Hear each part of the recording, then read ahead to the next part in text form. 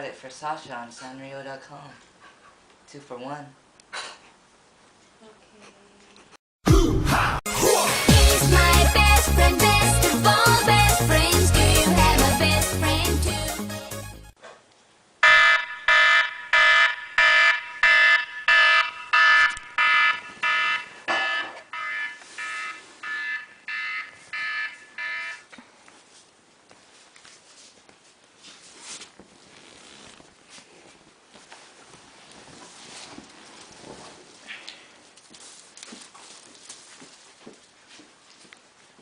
Good morning, sunshine.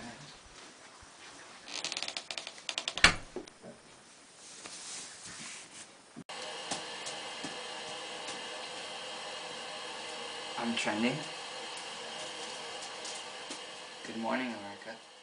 You might not be able to eat an iPad, but there is enough to salivate over in the new tablet computer. With much more improvement in thickness, weight, and speed transforms, we're not talking about a laptop or a TV. This is a tablet, an incredible technology that you are almost always holding. iPad 2 was unveiled on March 11, 2012. It is very convenient and portable, being only 1.3 pounds, but stores a lot of information in there. Just a few years ago, people actually had to go to the bookstore to buy books. But now with iPad 2, people can just load up on books from the iBook store, take them to more places than they would ever take a regular book. iPad 2 can act as another computer of yours. It can go online and keep up with news without spending money on those old newspapers. It also serves as your second screen of your desktop. So while you are working on your main screen, you can load up IM Conversation or Twitter feed to glance at. Compared to the past, people nowadays can carry the iPad 2 around to contact their families and still see their loved ones every day by looking at the photo gallery in the iPad or by webcamming. With the iPad in your hands, you can use it anytime, anywhere. Yeah? Mr. President, we have to go. Oh, I'll be right out.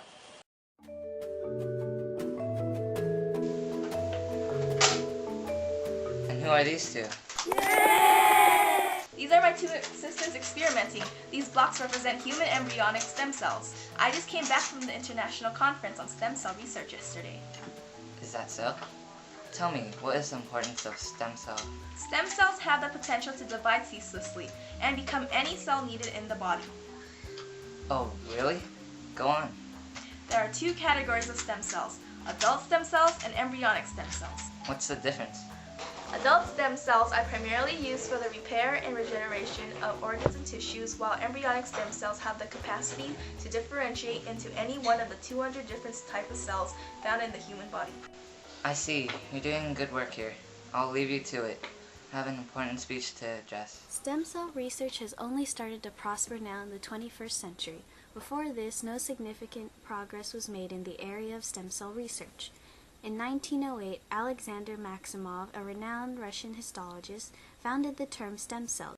In 1968, Canadian scientists James Till and Ernest McCullough discovered self-renewing cells in the bone marrow of mice.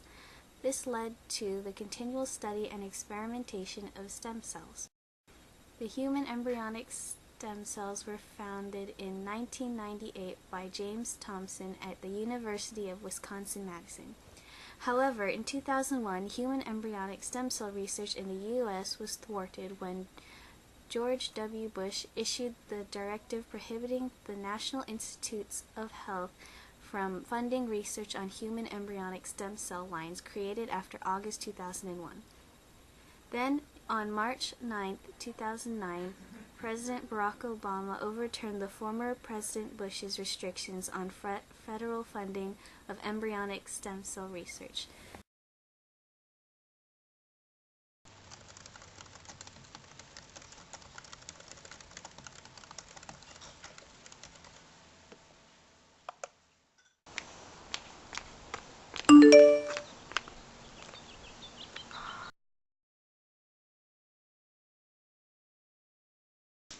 Let me sling it, girl. Smash it in there. Let me sling it, girl. Smash it in there. Let me sling it. girl. I'm in my space. He did what? Okay, I got this. Late.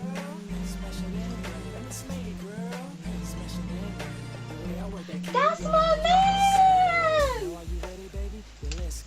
OMG, totes, go watch it.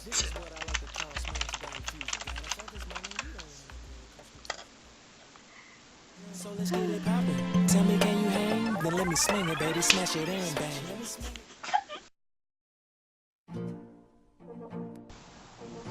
Oh, Mr. President, your speech. Not the papers. The iPad.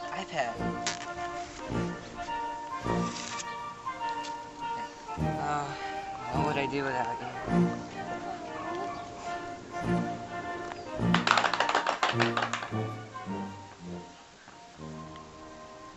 Thank you very much.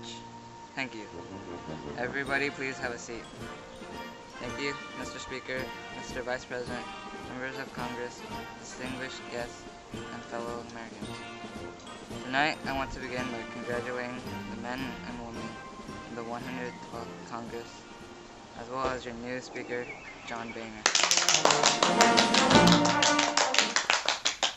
America is seeing an increasing reliance on technology, especially in the 21st century. Two things were shown in this last scene. The first is the growing accessibility that Americans have in respect to means of communicating with the President of the United States. Thanks to social networking websites such as Twitter, it is easy for the White House to keep the public updated. This connection between the President and the American public can be traced back to Franklin D. Roosevelt's use of the radio in order to communicate with Americans through fireside chats. In 1982, Ronald Reagan revived this practice, which has become a precedent for all presidents since. This came to be called the Weekly Address of the President of the United States. The second idea presented in this scene is the role that the media and technology plays in a presidential administration. During John F. Kennedy's presidential campaign, it was the television that worked to his advantage. In Obama's case, it was the internet, with the use of Facebook and YouTube as free advertising services. WhiteHouse.gov is the official White House blog. One of the features of this blog is the live streaming page where viewers can watch presidential speeches as they are taking place. Andrew Jackson realized the benefits of being on good terms with the media when he was president, and like Jackson, Obama is aware of that idea, as well as the beneficial role that technology can play in the governing process. Today, with a simple click of a button, staying updated with the president is easy. Now, let's check how the president is doing. From the earliest days of our founding, America has been the story of ordinary people who dared to dream. That's how we win the future. We are a nation that says,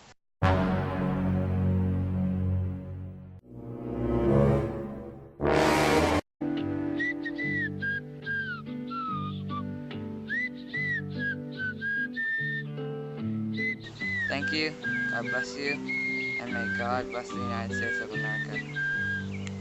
The president's coming!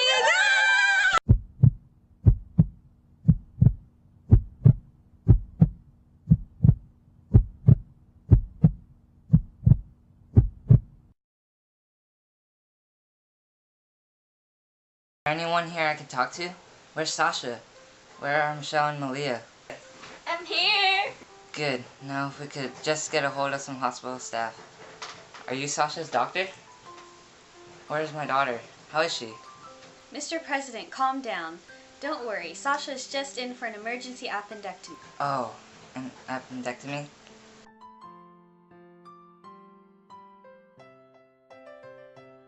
Wait, what is that thing? Why, that's a robotic arm, Mr. President. What's going on here? Our hospital recently gained access to these robotic surgical simulators, and we can use them to carry out this operation. Recently? Why not earlier? Well, these products themselves came out not too long ago. I think it was May 12th this year when Guru and Kesavadas debuted their robot-assisted surgery modules. I think I remember hearing those names. They are from, Buffalo, New York, sir. Ah, yes. So tell me, why can't we just have a regular surgeon do this? Well, thanks to the robotic surgery, the procedure has become safer and clinically efficient. Because of the robotic arms and the high-definition screen, the accuracy is increased, and some patients say that the pain is reduced. It is like the bridge of the practice of surgery and our digital age. Ah, easier on the surgeon? That means it'll be better for Sasha. When this procedure is complete, please do tell us. Surgery is no simple task, but thanks to robotics it has become easier for surgeons. Nerves and tissues that once seemed so small and delicate are now being projected onto screens that allow doctors to see them in 3D. With technology like this at hand, many American soldiers could have survived in the past. During the Civil War, around 205,000 men died after being wounded. Even though hospitals tried their best to help these men survive, technology, education, and even medical training was very limited. In fact, Harvard University didn't even own one microscope until after the war was over. By the time of the Vietnam War, conditions in hospitals had significantly improved, but surgical procedures were still dangerous. The Mobile Army Surgical Hospital was a U.S. Army medical unit that served in combat areas. They provided the most extensive form of treatment, and seriously wounded soldiers had a 97% chance of survival after they had been treated. Today, survival rates have increased, and people needing routine surgery are more at ease. After incorporating robotics into surgery, it has become safer and more efficient, even less painful.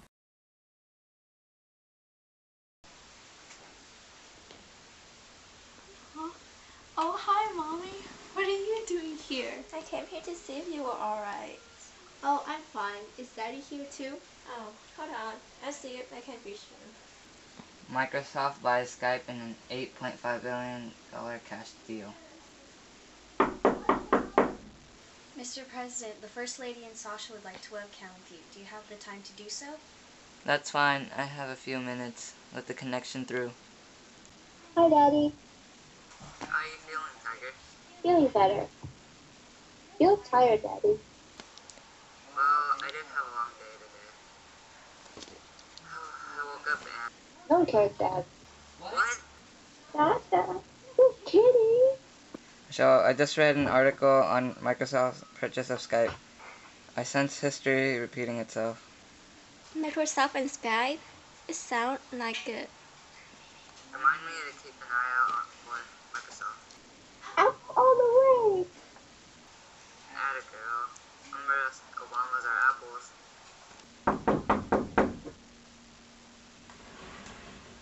Mr. President, the diplomat from Djibouti is here to see you.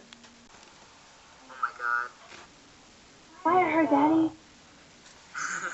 Well, I have to go now. Aww.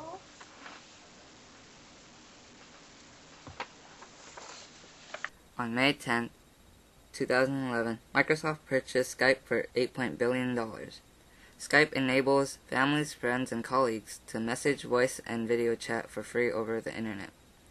Microsoft and Skype are joining together in order to extend Skype's world-class brand and the reach of its network platform, while enhancing Microsoft's existing portfolio of real-time communications products and services.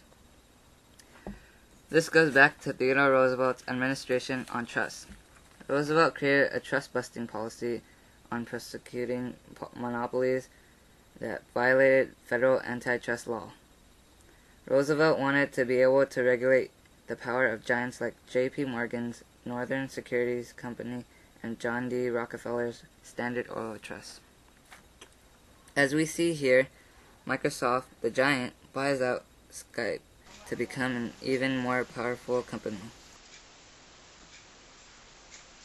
So how does the family talk? It was good.